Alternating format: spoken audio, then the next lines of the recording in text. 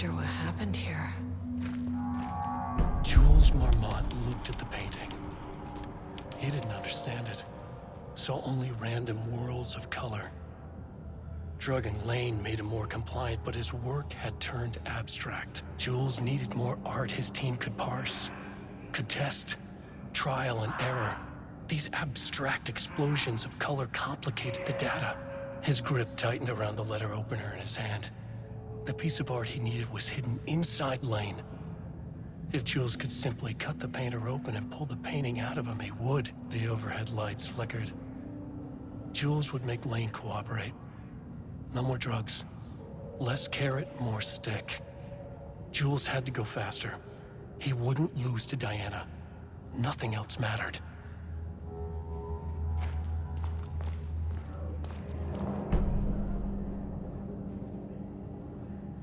I can't paint anymore. I know you want me to paint, but I can't. I'm empty. Rudolph, no. You love to paint. And you are such a talent.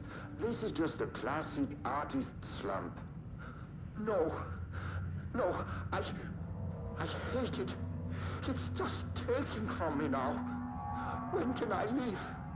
You said you'd let me leave. Rudolph, but you volunteered to come, remember? We are helping you, like Dr. Hartman did. Perhaps you need to see our doctor?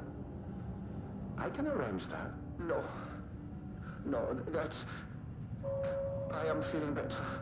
Much better. I will paint. This is wonderful to hear, Rudolph. I knew you would come back to your old self.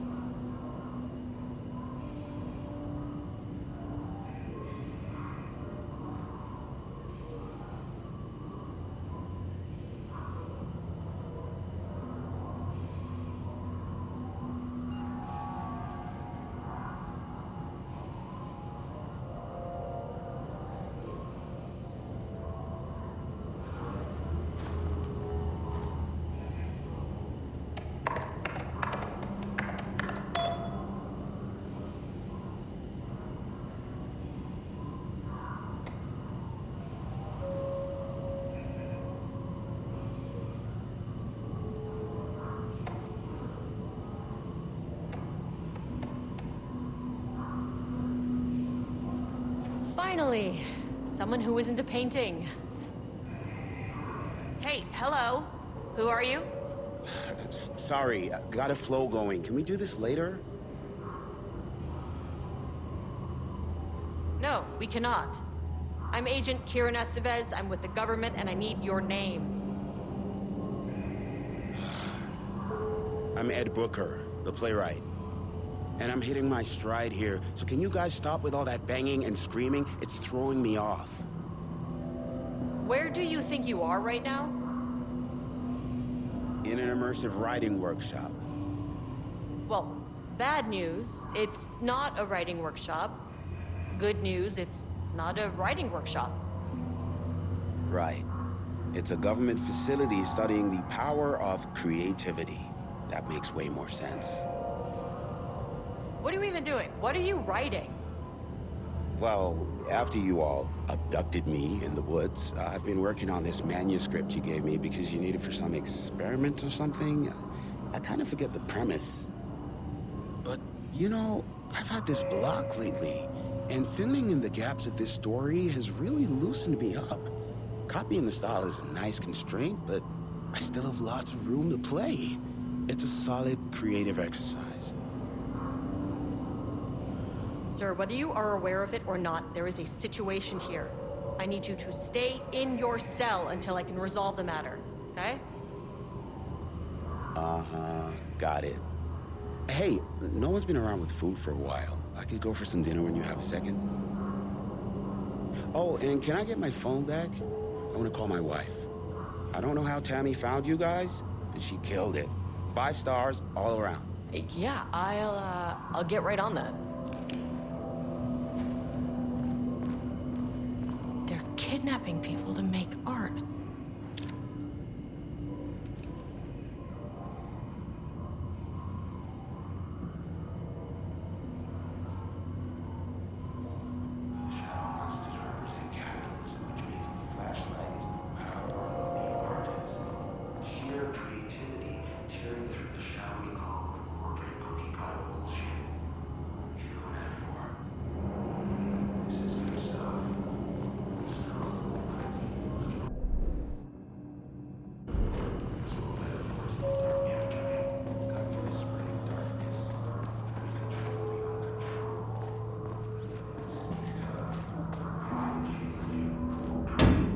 Shaded. Hope that glass is thick.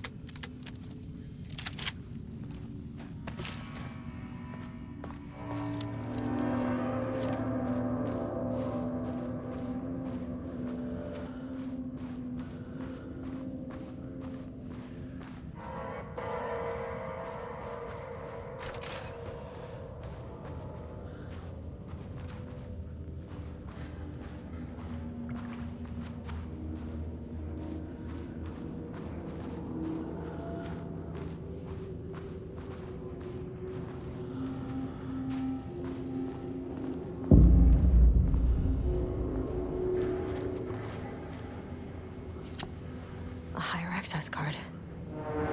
Sorry, but I need this.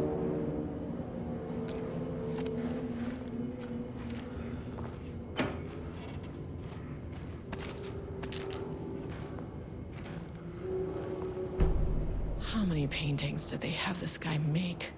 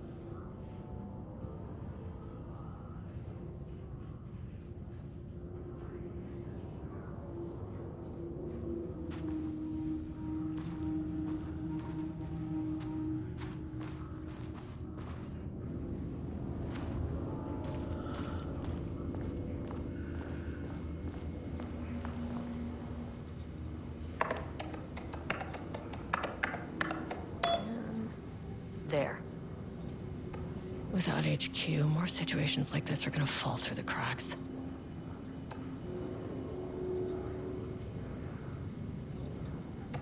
I'm glad someone here stood up to him.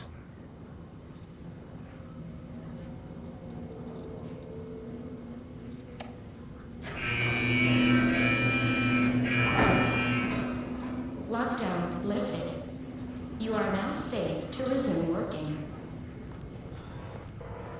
Estevez, come in. Facility. Sub-level 1. You copy? No, turn back. Area is extremely hostile. Fucking radios. They're on floor 1. I'll need help.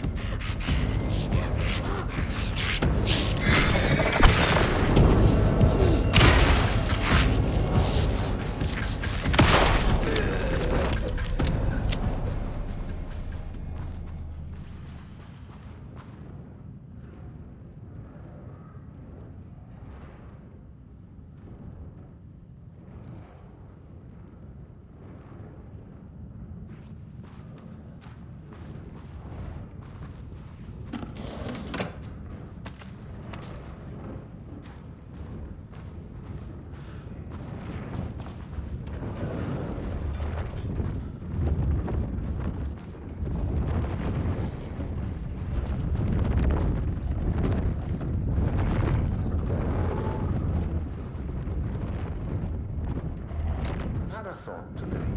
A possible avenue for further research. When we think of art successfully affecting reality, we always think of Alan Wake and his writing. This could be due to recency bias or simply the amount of recorded evidence skewing our opinion. But also, I wonder if writing's very nature is an advantage. The text can describe events in such explicit detail. If the story gives the shadow a blueprint, a map of what to make real. But not all art is like this. Music, sculpture, dance, cuisine. In our case, a painting. When the source material is open to interpretation, how will the shadow choose to interpret it? I think Diana will find the question very interesting. Most likely, she already has an answer. That's why I love her.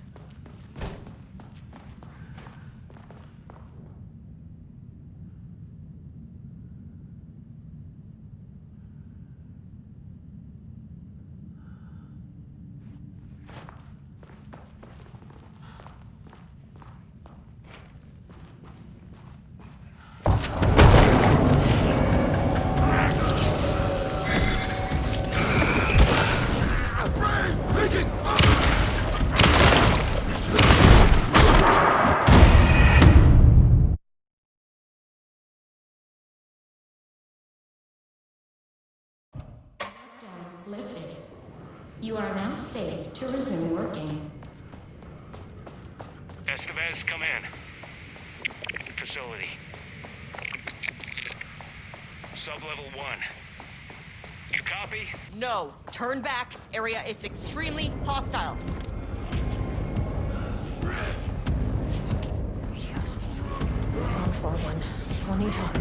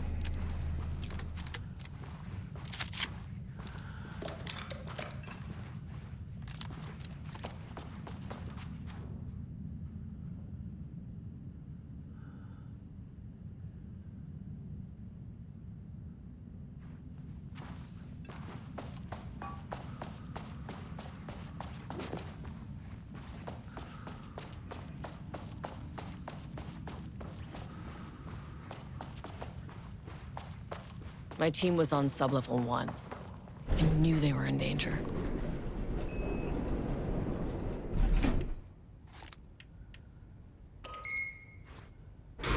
Marmonts turned innocent people into tools using the FBC's authority.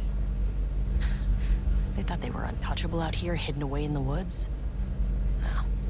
Actions have consequences. And I'm the consequences.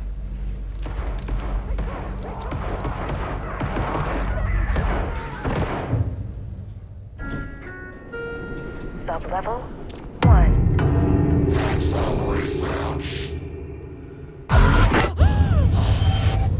Ugh, you fucking bastard! Jules Marmont killed my team. He was taken by the Shadow.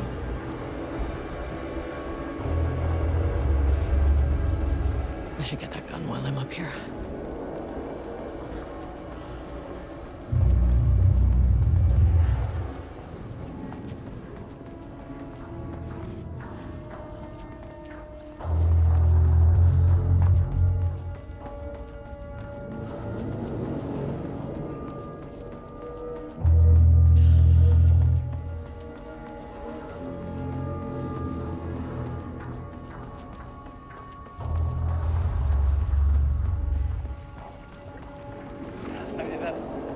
Not very scientific. I mean, who came up with that?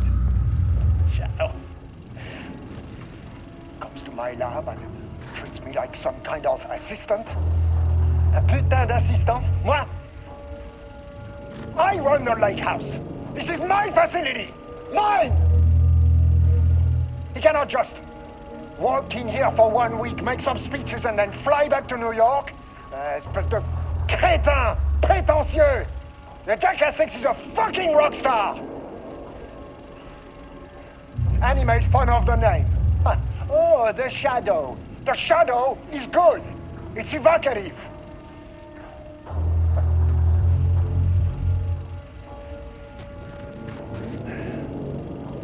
He's just a jealous, spoiled little child.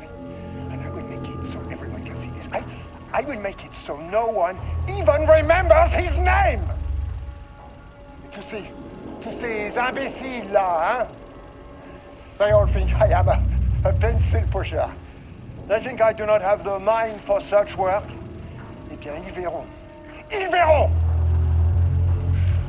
I will take what they think is possible. And I will break it.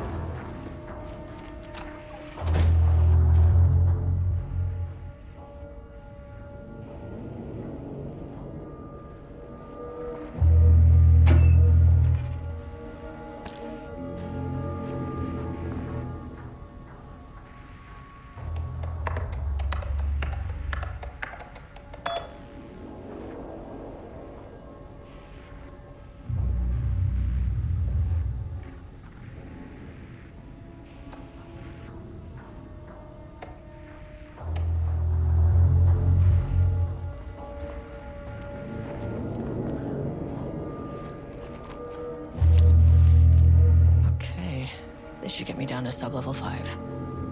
And this should get me past any other problems.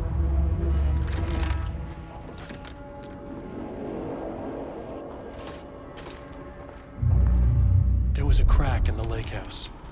The Marmonts had let the lake in, but the water could not flow. It became trapped, stagnant, went bad. The truth was controlled here. The art was not art, just content for the experiment. The contrived overlap rebounded on itself, compressing, compounding. reflecting and refracting.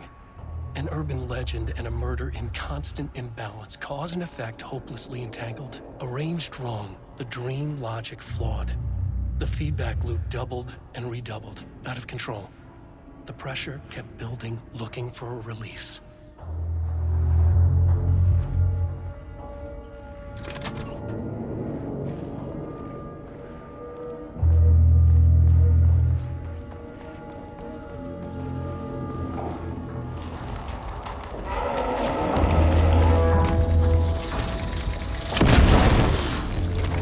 Finally! Something works on these bastards.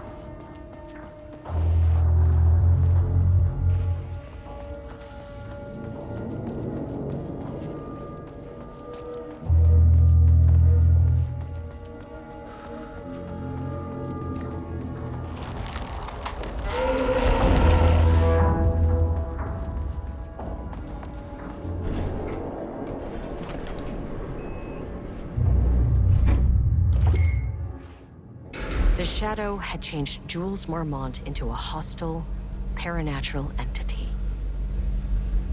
That made everything simpler. No arrest, no paperwork. I could put him down like the monster he was.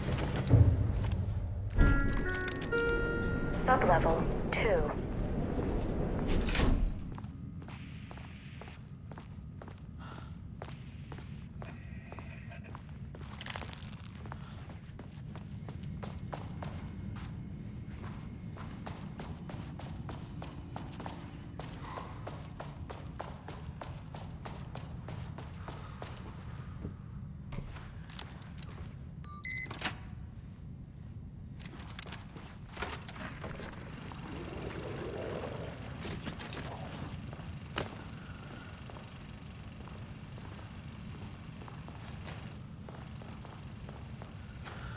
Lane was found dead in his cell this morning. It's an unfortunate setback.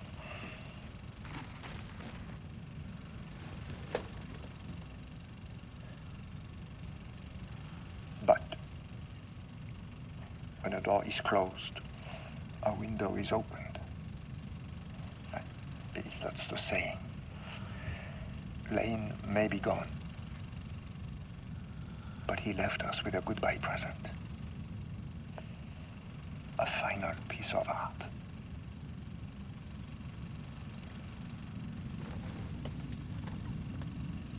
This piece is different. It's raw emotion, pure truth. He put everything he had into this one. Literally. Every reading we take is off the charts.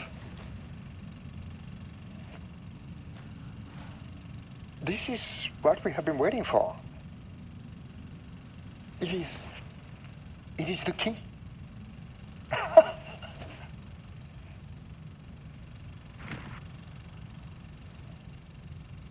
I will achieve what no one has before me. Not darling, that arrogant shit.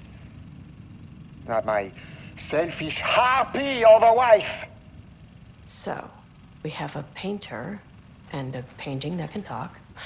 Clearly connected. But Lane was dead before any of this even happened. I never needed any of it.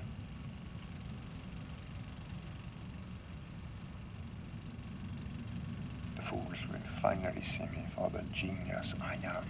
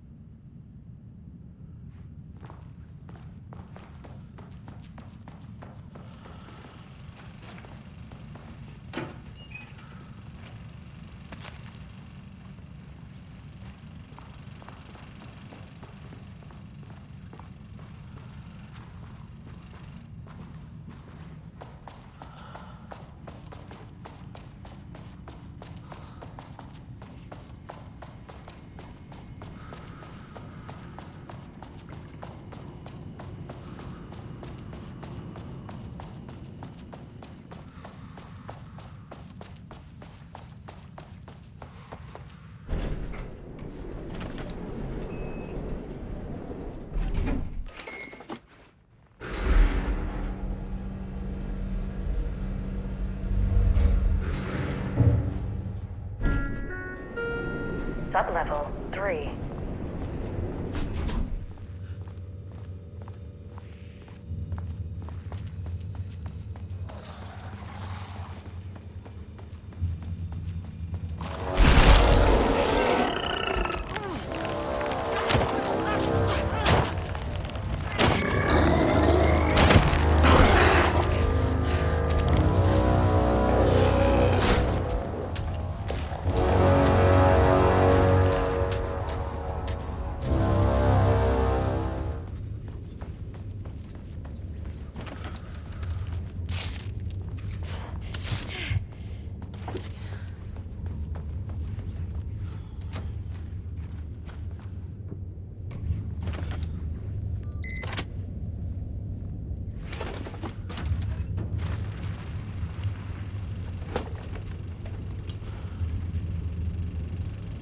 Jules' team has found new pages written by Wake.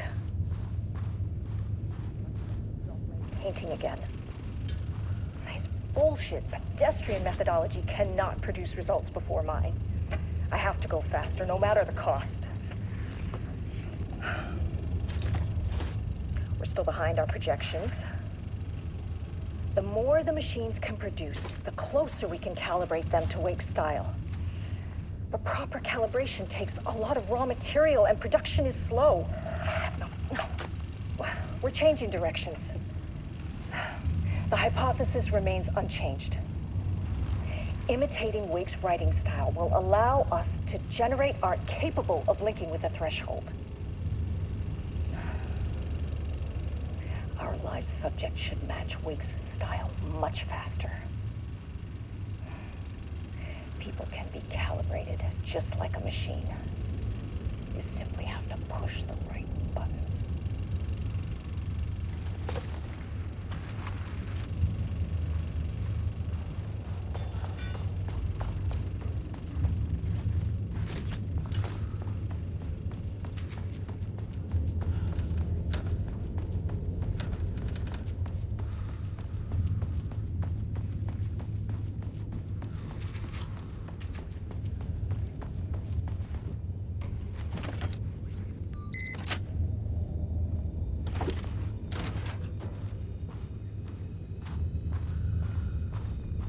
Water dripped from the ceiling as Diana stared at the folders stacked on her workstation.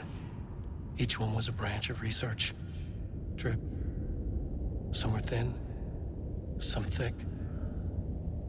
They represented years of her life, her work, dissecting the act of creation and examining the bloody pieces. Bringing in live subjects had been her idea. Drip. Bureau leadership denied their request. But after HQ went into lockdown, she took advantage of the chaos and got her artists. Jules had whined about the optics. Diana ignored him. Now in her office below the waterline of Cauldron Lake, she considered how to proceed. Jules was convinced the page they had found would come true. It promised disaster. A situation out of control. Impossible. Diana was always in control. Drip. Drip. She needed answers. She needed to quantify, to define, to control.